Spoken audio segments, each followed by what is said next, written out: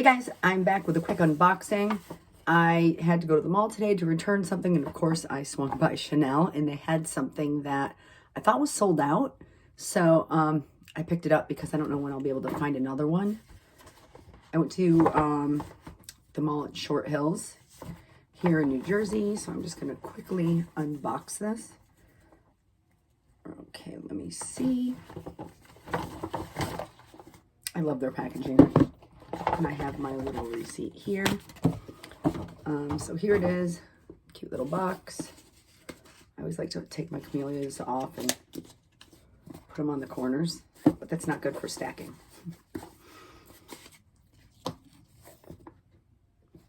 Okay, and it comes with this little booklet, actually.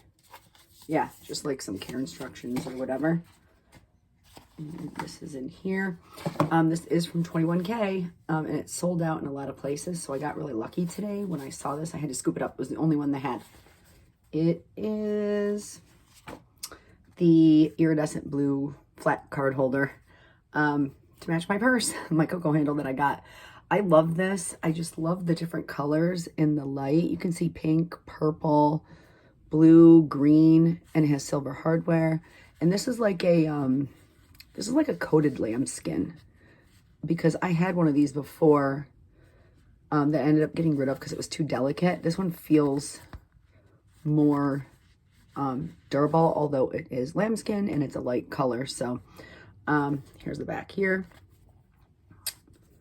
Here is the tag, 21K. Right here, light blue card holder. And let me see. This one has the authenticity cards, a 316 series, and it is made in Italy. So here's the inside. It's just a light blue. You know, it's leather trimmed, but then there's fabric in there. But yep, this is it. One card slot in the front, two on the back, and then one here.